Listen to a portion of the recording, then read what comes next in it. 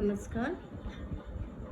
मैं doctor Bela Mathur, associate professor drawing and painting, government college Bundi. आज मैं आपको MA final drawing and painting paper 3 history and philosophy of modern art, इसमें मैं आपको इंट्रोडक्शन ऑफ मॉडर्न आर्ट बता रही थी। इसी का ही पार्ट 4 मैं आपको बताऊंगी।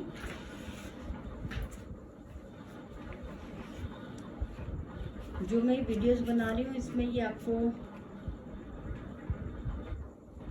मैं आपको बताऊंगी कि किस तरह से मॉडर्न आर्ट की शुरुआत हुई है। जैसे मैंने आपको कहा था कि मनुष्य का जो मन है वो चंचल है, उसके मन में विचार आते हैं जाते हैं। कुछ विचार स्थायी रूप से उसके मानस पटल पर घर कर जाते हैं। ऐसा ही कुछ कला के क्षेत्र में भी है,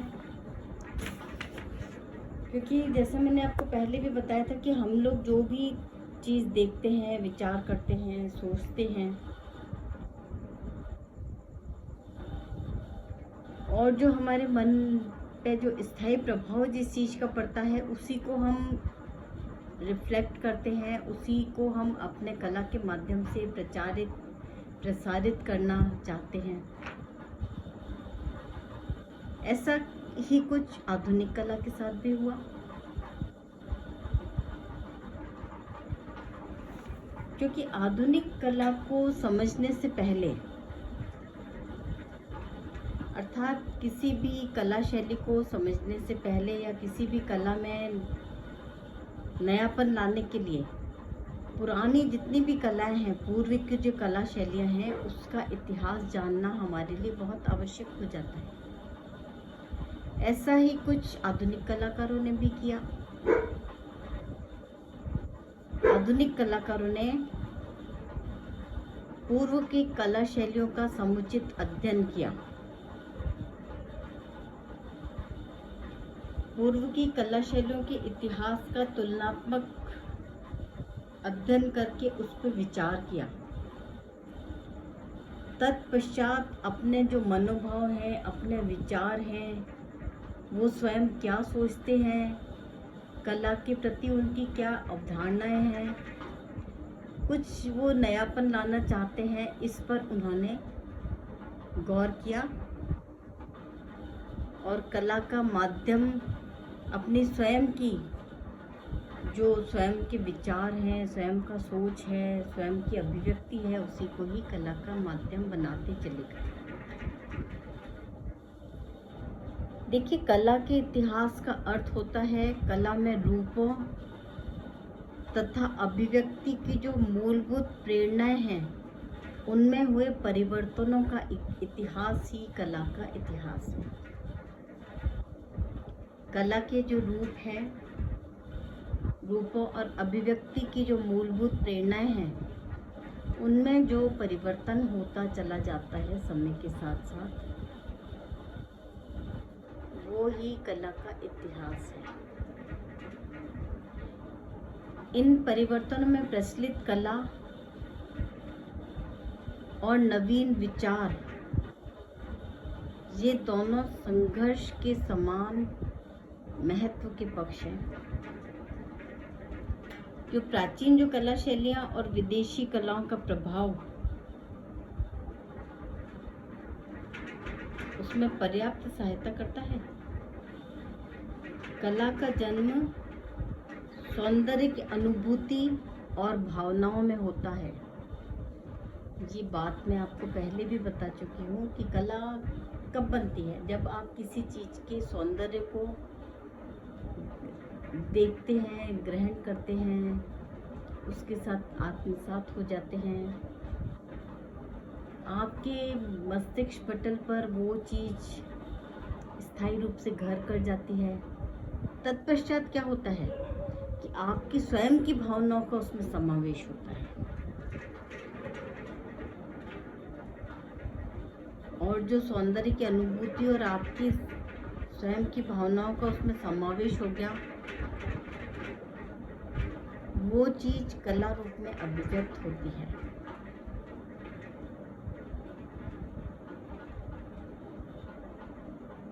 अतः क्या होता है कि प्रगति की कल्पना कला के इतिहास को लागू नहीं की जा सकती है।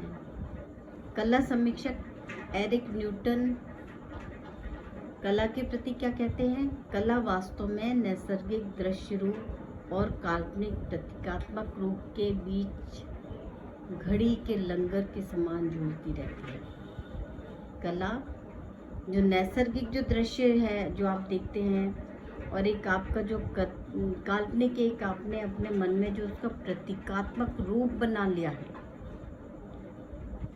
उस दृश्य का एक जो काल्पनिक प्रतीकात्मक रूप जो आपके मन में है, उसके बीच घड़ी के लंगर के समान झूलती रहती है। यूरोपीय कला का इतिहास इस विधान की सत्यता का एक उदाहरण है। जैसे देखिए, आपने पहले बीए पार्ट 3 में ग्रीक कला के बारे में भी पढ़ा है। ग्रीक कला, बिज़ंटाइन कला, तो ये सब आप पढ़ चुके हैं 3rd ईयर में। ग्रीक कला में क्या था? ईसा के पूर्व की 4वीं शताब्दी तक दृश्य रूप का पर्याप्त विकास हुआ। ईसा के पूर्व 4वीं शताब्दी तक दृश्य रूप का बहुत विकास हुआ था। जो देखा वही चित्रित किया, वही बनाया। इसके पश्चात क्या हुआ था? 6वीं शताब्दी में बिज़ंटाइन कला में काल्पनिक आकारों द्वारा चित्रण प्रारंभ हुआ। बिज़ंटाइन कला में काल्पनिक आकारों से चित्रण प्रारंभ हुआ था 6वीं शताब्दी में, जो पुनर्जागरण काल तक अविरल चलता रहा। अब देखिए, चित्रकला में जो परिवर्तन आ रहा है, मानव की सोच में परिवर्तन आ रहा है। मानव जो चीज़ें देखता है, उसको देखता है, ग्रहण करता है, अपने जो मनोभाव हैं, अपनी जो कल्पनाएं हैं, उसका कला में समावेश करता है। तत्पश्चात एक कलाकृति बनकर तैयार हो जाती है, और वो जो कलाकृति होती है आपके अपने मनोभावों की कलाकृति है, अपने मनोभावों का अनुसरण है। जो आप मन में सोचते हैं उसकी अभिव्यक्ति है, वो ही आधुनिक कला है। और पुनर्जागरण काल तक अविरल आधुनिक कला को गति मिलती रही, और ये प्रवाह अविरल चलता रहा। ठीक है। अब पुनर्जागरण काल में जोतो, आपने पढ़ा होगा, Giotto, Raphael, Michelangelo, Leonardo da Vinci आदि कलाकारों ने वैज्ञानिक दृष्टिकोण अपनाया और अपने बौद्धिक आविष्कारों से कला को नैसर्गिक दृश्य रूप प्रदान किया। अपने बौद्धिक आविष्कारों से, अपने बुद्धि के प्रयोग से, अपने मानस पटल पर जो विचार आए उनको अभिव्यक्त करके, अपने जो आकार हैं उसको नया रूप देकर, जो कुछ आपने देखा, समझा, सोचा, महसूस किया, उसके बारे में आपने अपने विचार, अपने मन में छुपा हुआ जो कलाकार है उसकी कला अभिव्यक्ति दृश्य रूप में जो उभर कर सामने आई है, अभिव्यक्ति, और आधुनिकता का समावेश उसमें होता चला गया। 19वीं शती तक उनके निर्दिष्ट मार्ग से कलाकारों ने निर्मित की। ठीक है। 19वीं शती के अंत में क्या हुआ? जैसे सेजा, वांगो, गोगिया आदि कलाकारों ने वैज्ञानिक नैसर्गिकतावादी दृष्टिकोण को धक्का पहुंचाया और आधुनिक कला में फिर से काल्पनिक आकार और प्रतीकात्मक रंग संगति पर बल देकर चित्रण शुरू हुआ। आधुनिक कलाकारों, मैंने बताया था ना कि आप जो भी चीज देखते हैं उसका आपके मन मस्तिष्क पर प्रभाव पड़ता है।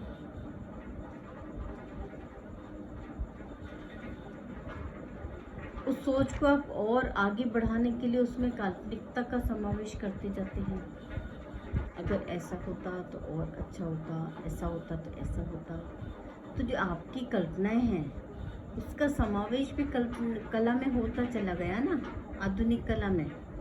तभी तो आधुनिकता आएगी, वरना तो जो परिपाटी चली आ रही थी, जो कला शैलियाँ चली आ रही थी, जो राजा महाराजों के समय में, राजा रजवाड़ों में, या धार्मिक जो भी कलाकृतियाँ बनी हैं वो चली आ रही थी। लेकिन धीरे धीरे कलाकारों का दृष्टिकोण चेंज हो गया। इन्होंने काल्पनिक आकारों और जो प्रतीकात्मक जो रंग संगति थी उसको कला में, अपने चित्रण में महत्व देना शुरू कर दिया। फिर क्या हुआ, जो प्राचीन धार्मिक कला शैलियों में और आधुनिक कला में गहन समानताएं प्रतीत होती हैं, तो इसमें तो कोई आश्चर्य नहीं है कि जब कला में नयापन आया तो पूर्व की कला शैलियों, आधुनिक कला शैलियों में बहुत समानताएं प्रतीत होती हैं। समानताएं भी हैं और नयापन भी है। आधुनिक कलाकारों ने इन कला शैलियों से प्रेरणा पाई है। जैसा कि मैंने आपको बताया था, पिछली कला शैलियों को जानना बहुत ज़रूरी है, तभी हम आधुनिकता की ओर कदम रख सकते हैं। देखिए, पिछला कुछ जाने बिना हम आगे बढ़ने की नहीं सोच सकते हैं। जो आपका जो अनुभव है पिछला, वही आपको आगे की ओर ले जाता है। अभी आप पढ़ाई में ही देख लीजिए ना कि आपने काफ़ी कुछ पहले पढ़ा है, तो आप आगे पढ़ने के लिए आपको उत्सुकता है, जागरूकता है, आप काफ़ी कुछ जानना चाहते हैं। लेकिन अपन पिछला ही कुछ नहीं पढ़ेंगे तो उसमें आगे बढ़ने का अपन सोच नहीं सकते हैं, है ना। तो आधुनिक कला में का अब कला में समावेश होता चला गया है। लोगों की धारणा बदल गई हैं, लोगों के विचार बदल गए हैं, लोगों की नज़रें बदल गई हैं, नज़रिया बदल गया है कला के प्रति। अब वो अपने मनोभावों को एक नए प्रयोग के साथ, एक नए प्रयोगवादी दृष्टिकोण के साथ, एक नई सोच के साथ, एक नई सूझबूझ के साथ अपने विचारों को द्विआयामी पृष्ठभूमि पर अभिव्यक्त करना चाहते हैं। जैसे मैंने आपको बताया था ना, कला की पृष्ठभूमि तो द्विआयामी, लंबाई और चौड़ाई जो हम जिस पे वर्क करते हैं, जो भी हम, वो द्विआयामी पृष्ठभूमि है। तो उस पर अब ये कला में अपने विचारों को अभिव्यक्त करने लगे हैं कलाकार। आधुनिक कला का जन्मदाता सेज़ान को माना जाता है। सेज़ान की कला से स्पष्ट है कि उन्होंने प्रचलित जो प्रभाववादी कला जो थी उसका गहन अध्ययन किया। प्रभाववादी यानी प्रभाववादी जिसमें नए नए प्रयोग होते गए, नए नए प्रभाव आते चले गए, इसलिए प्रभाववादी कलाकार कहलाने लगे। इनकी कला में नए नए प्रयोग थे, नई सोच थी, नए विचार थे, और कला को इन्होंने आगे बढ़ाने में, आधुनिकता की ओर ले जाने में बहुत सहयोग किया है।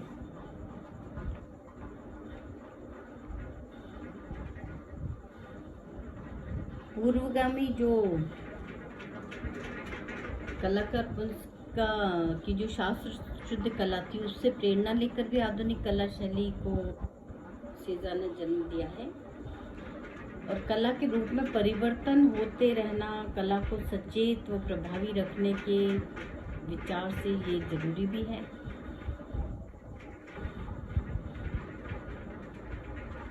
महान कलाकारों में स्वतंत्र प्रतिभा अवश्य होती है, जो उनके बाह्य प्रभावों से ऊपर उठकर एक स्वतंत्र कलात्मक व्यक्तित्व उन्हें प्रदान करती है। इसी कारण से उनका नाम कला जगत के इतिहास में अमर हो जाता है। किंतु इसका अर्थ ये नहीं कि वो बाह्य प्रभावों से परे हैं, वो आधुनिकता की ओर आगे बढ़ गए हैं। धन्यवाद।